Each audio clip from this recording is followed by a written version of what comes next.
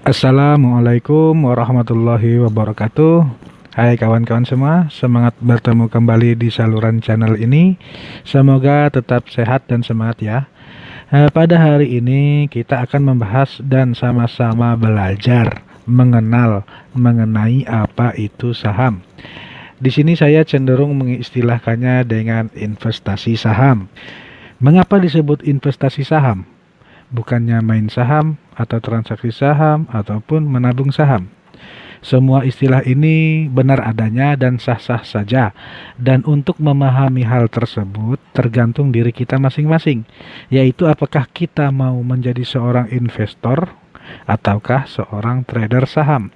Jika ingin menjadi investor saham, tentunya adalah dengan melakukan pembelian saham untuk jangka panjang dengan target tertentu atau yang sifatnya bisa menjadi investasi melalui fluktuasi harga saham yang dicenderungkan akan mengalami kenaikan. Maka kita akan cenderung menyebutnya sebagai investasi saham yang sifatnya menabung saham. Ataukah kita ingin menjadi trader yang membeli saham untuk dijual kembali dalam jangka pendek? Hanya dengan hitungan jam atau bahkan menit, menjual saham yang sudah dibeli dengan melihat keuntungan dari penjualan saham. Apabila harga saham mengalami kenaikan, maka kita akan cenderung menyebutnya dengan istilah main saham, yang sifatnya aktif bertransaksi saham. Sama seperti halnya jiwa seorang pedagang, asal sudah untung langsung jual, agar terjadinya perputaran modal yang cepat. Nah, sekarang tanyakan pada diri kalian masing-masing, apakah ingin menjadi investor saham ataukah seorang trader saham?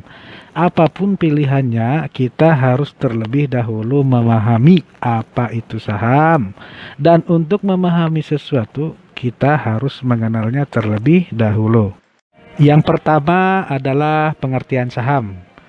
Sebelum kita terjun ke dunia saham, kita harus mengerti apa itu saham. Saham bisa dikatakan sebuah bukti kepemilikan berupa surat berharga yang menunjukkan bagian kepemilikan atas suatu perusahaan. Baik itu klaim atas pendapatan perusahaan, klaim aset perusahaan, maupun klaim dividen atau pembagian keuntungan dari perusahaan.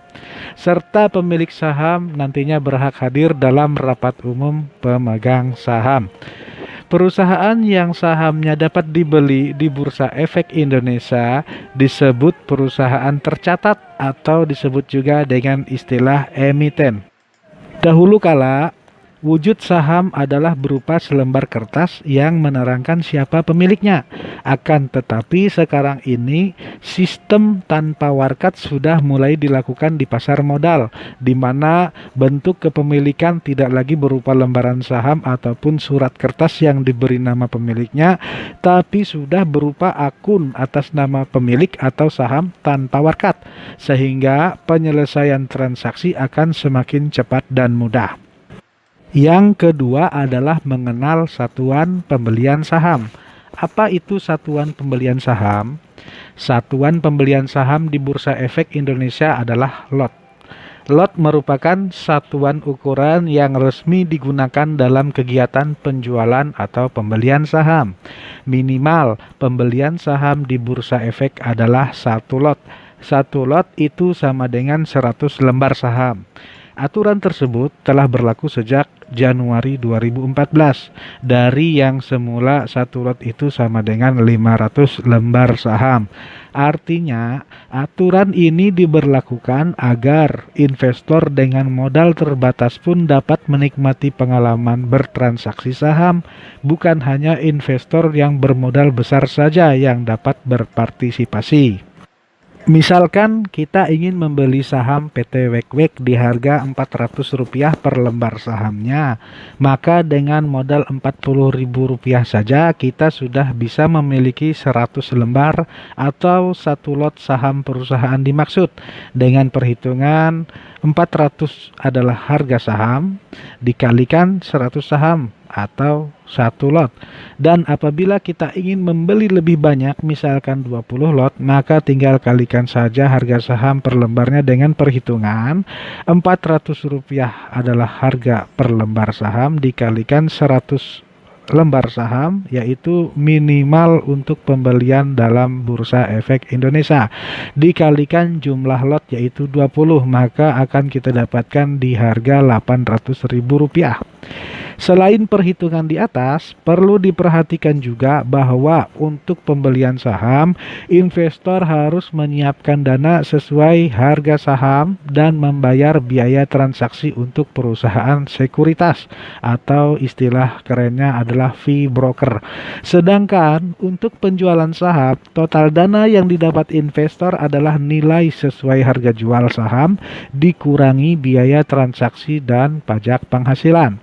Biaya transaksi tersebut berbeda-beda di setiap perusahaan sekuritas, namun umumnya adalah 0,2 sampai 0,3% dari nilai transaksi pembelian saham, termasuk PPN, dan ditambah PPh 0,1% khusus untuk transaksi penjualan saham. Contoh lengkapnya dapat digambarkan sebagai berikut. Misalkan pada bulan Januari 2020 investor melakukan pembelian saham PT Wekwek sebanyak 150 lot dengan harga per lembar sahamnya adalah Rp400. Maka dana yang dikeluarkan investor dapat dihitung dengan cara sebagai berikut. Dalam kolom keterangan ada transaksi beli saham. Di perhitungannya ada Rp400 itu adalah harga saham per lembar PT Wekwek. Kemudian 100 saham itu adalah 100 lembar saham yang nilai minimum pembelian atau sama dengan satu lot. Kemudian ada 150 lot itu adalah jumlah lot yang dibeli, sehingga didapatkan nilai dana sebesar Rp6 juta. Selanjutnya dalam kolom biaya transaksi ada 0,2%. 0,2% itu adalah biaya transaksi. Kemudian dikalikan Rp6 juta adalah total harga dari pembelian saham PT Wekwek sebanyak 150 lot, sehingga didapatkan biaya Rp12.000.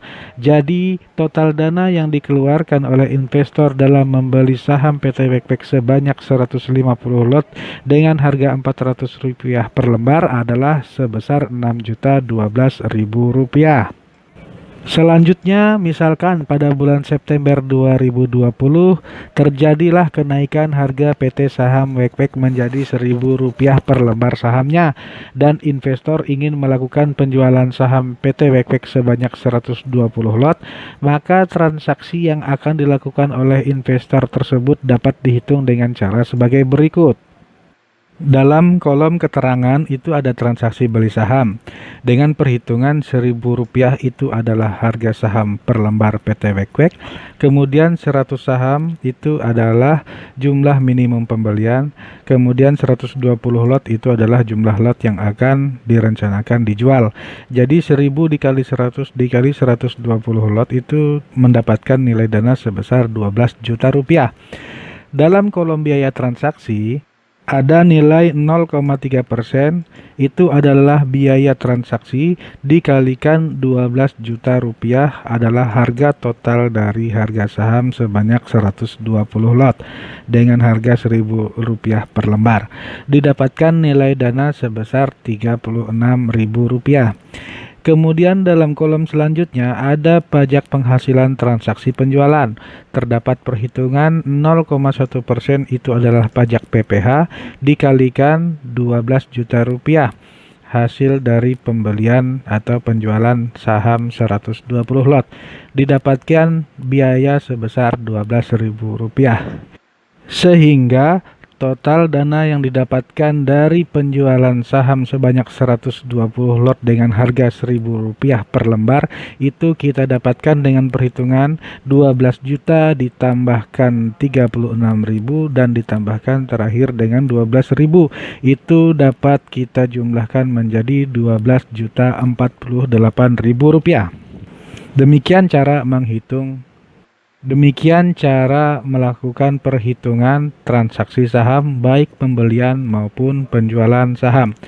Kemudian yang ketiga, penting untuk kita mengetahui apa itu keuntungan saham dan bagaimanakah keuntungan saham bisa kita dapatkan. Tentunya yang pertama adalah melalui capital gain atau keuntungan dari kenaikan harga saham. Keuntungan ini bisa kita dapatkan dengan hitungan detik, menit, jam, bahkan bertahun-tahun, tergantung kinerja perusahaan atau emiten yang kita beli sahamnya. Harga saham dapat kita pantau pada jam operasional melalui aplikasi yang kita miliki. Dan yang kedua adalah melalui dividen atau pembagian keuntungan perusahaan yang umumnya dibagikan per tahun dengan beberapa syarat ketentuan yang biasanya kita disuruh tidak menjual saham perusahaan yang bersangkutan sampai dengan batas waktu yang ditentukan. Pemberitahuan ini biasanya diberitahukan melalui email atau melalui media yang lainnya. Yang keempat adalah risiko saham. Selain keuntungan saham, kita juga harus mengenal risiko dalam bermain saham. Bagaimanakah risiko tersebut bisa muncul? Yang pertama tentunya karena capital loss atau terjadinya penurunan harga terhadap saham.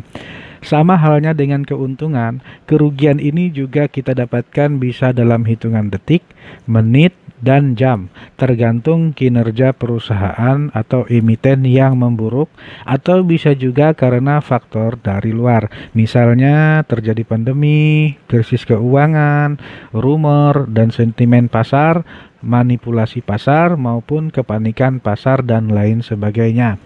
Yang kedua adalah terjadinya risiko likuidasi atau perusahaan mengalami kebangkrutan.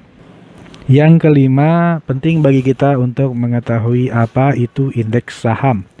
Indeks saham dapat dikatakan sebagai ukuran statistik yang mencerminkan keseluruhan pergerakan harga atas sekumpulan saham yang dipilih berdasarkan kriteria dan metodologi tertentu serta dievaluasi secara berkala. Pergerakan indeks ini mewakili bagian dari pergerakan pasar secara keseluruhan. Tujuan dan manfaat dari indeks saham ini adalah antara lain: 1. Untuk mengukur sentimen pasar atau sebagai penanda arah pasar secara umum. Yang kedua adalah pengukur tingkat keuntungan. Misalnya kita membeli saham untuk jangka 5 tahun. Nah, investor bisa mengukur berapa rata-rata kenaikan harga saham ini per tahun, tentunya dengan melihat indeks saham. Yang ketiga adalah menjadi benchmark atau tolak ukur bagi portofolio yang aktif. Artinya jika seorang investor memiliki beberapa saham dan ternyata pergerakan harga sahamnya berada di bawah kenaikan indeks harga saham dalam jangka waktu tertentu, misalnya 2 tahun atau 3 tahun, berarti investor tersebut harus mengganti strategi investasi dengan cara mengubah komposisi saham-saham dalam portofolio miliknya. Nilai indeks saham dipengaruhi oleh harga saham-saham yang berada di dalam portofolio indeks tersebut dan bobot masing-masing saham. Semakin banyak saham yang beredar dan semakin besar nilainya, maka semakin besar bobot saham tersebut dalam mempengaruhi pergerakan indeks. Saat ini Bursa Efek Indonesia memiliki kurang lebih 35 indeks saham.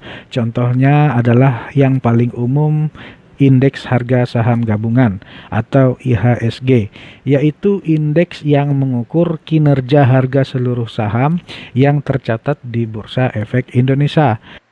Kemudian ada indeks LQ45. Indeks LQ45 ini adalah mengukur kinerja harga saham dari 45 emiten yang memiliki likuiditas tinggi dan kapitalisasi pasar serta didukung oleh fundamental perusahaan yang baik. Keanggotaan indeks LQ45 ini biasanya dievaluasi di akhir bulan Juli setiap tahunnya. Jika ada emiten yang kurang baik kinerjanya, akan dikeluarkan atau didepak dari indeks ini dan memasukkan emiten lain yang tentunya memiliki kinerja sesuai standar LQ45. Pembahasan terkait nama-nama atau macam-macam indeks saham yang ada di Bursa Efek Indonesia ini nantinya akan kita bahas secara khusus dalam video berikutnya. Demikian bahasan kita kali ini. Terima kasih sudah menonton video ini. Sampai bertemu kembali dalam pembahasan yang lain di channel ini. Salam sukses dan salam sehat selalu. Tetap semangat dan wassalamualaikum warahmatullahi wabarakatuh. Sampai jumpa lagi.